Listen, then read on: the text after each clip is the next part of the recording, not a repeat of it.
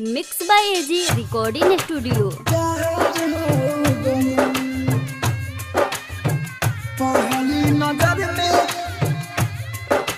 आप सुन रहे हैं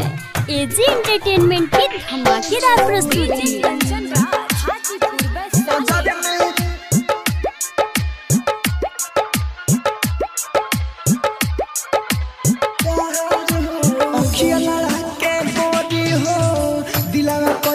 चोरी हो देखनी ना हम तोहरा नियन कतही केहू औरी हो तोहरे ला दीवाना बेकरार हो गइल पहली नजर में तोहसे प्यार हो गइल पहली नजर में तोहसे प्यार हो गइल हो पहली नजर में तोहसे प्यार हो गइल नजर में तुझसे प्यार हो गई। Mix by AG recording studio.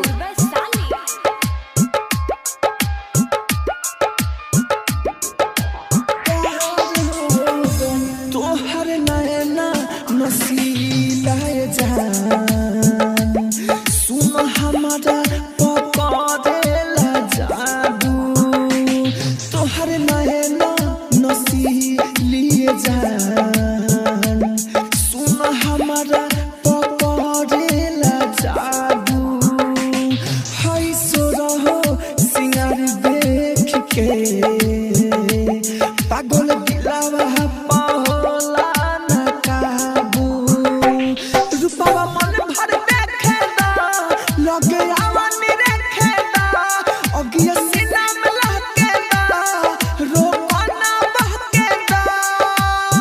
बड़ी मुश्किल से इंतजार हो गइल पहली नजर में तुझसे प्यार हो गइल पहली नजर में तुझसे प्यार हो गइल हो पहली नजर में तुझसे प्यार हो गइल पहली नजर में तुझसे प्यार हो गइल। आप सुन रहे हैं एजी एंटरटेनमेंट की धमाकेदार प्रस्तुति।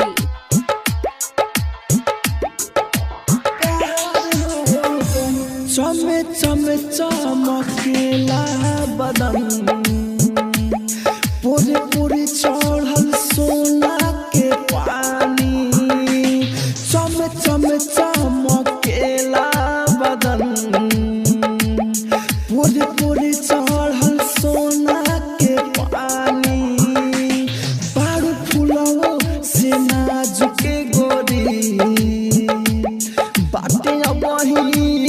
मसीन जवानी मन मोहन ताहर फेस चाहे ले माहिर मुकेश